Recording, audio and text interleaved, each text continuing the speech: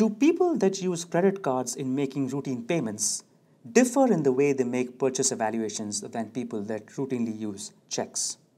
That was a question that I was trying to address in a paper that I published in 2001 in the Journal of Consumer Research.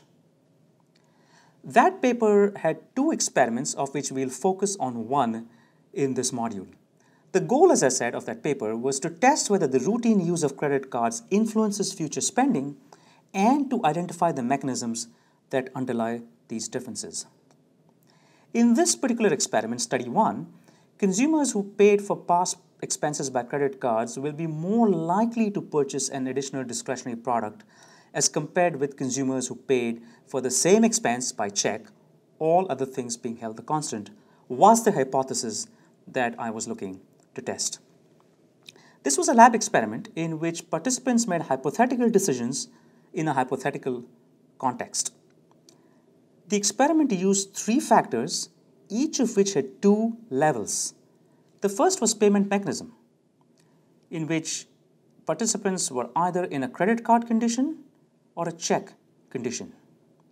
The second factor was feedback.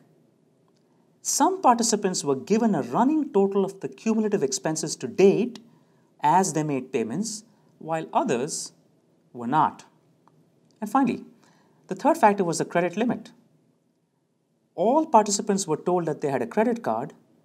In one set of conditions, they were told that the credit limit was $3,000. In a second set, that it was $8,000. 160 students at a university participated in this experiment, and they were randomly assigned to a total of 8 conditions that were formed by completely crossing 2 payment conditions with 2 feedback conditions with 2 credit limit conditions for a total of 8 different experimental conditions. All participants were asked to imagine that they had a job that paid $3,000 a month, they had bank accounts as well as a credit card with a given limit, and then every participant was shown 30 index cards with expenses that they would incur in a typical month. Now, the idea behind this experiment was to simply recreate the mechanics of payment that an individual would go through in a given month over the space of 30 days in a lab setting where the same process took about an hour or an hour and a half. So when participants saw each index card, they actually made payments in inverted quotes for 12 of these expenses, either by writing 12 checks or by signing 12 credit card receipts. And I'll show you exactly what these stimulus look like in a minute. At the end of this entire process, about an hour, hour and a half, participants answered the final question, which contained the dependent variable. They were given some information on a box CD set by a favorite artist with a specific price and a whole bunch of attributes, and they were asked to indicate on a 10-point scale whether in fact they would make this purchase given all of the other expenses that they have incurred in this month. Here's what the average index card looked like.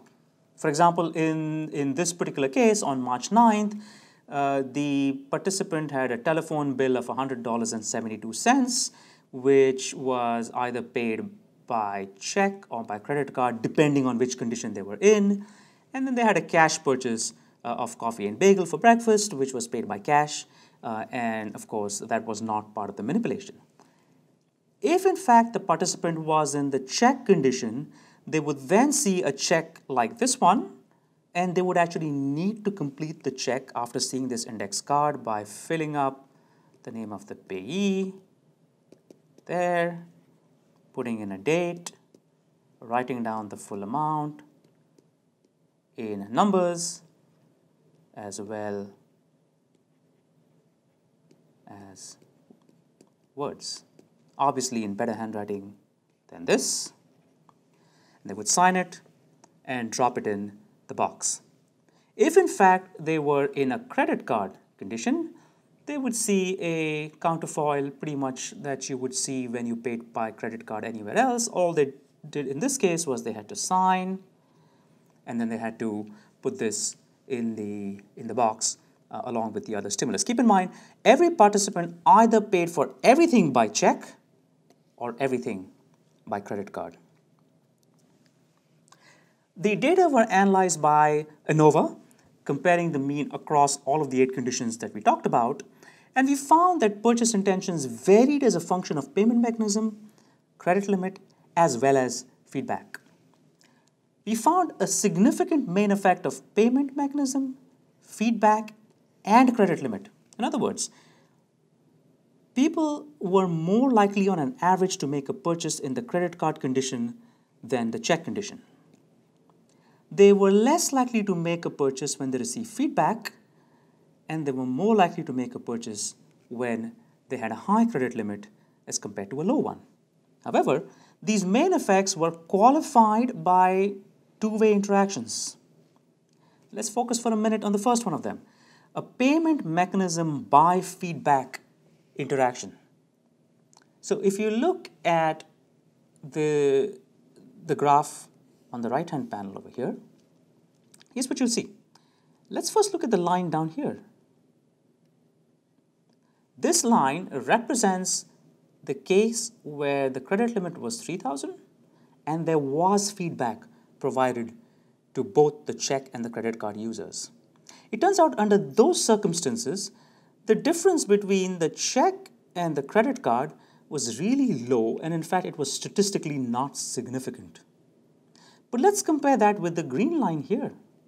This is the case where there was no feedback and the credit limit was high.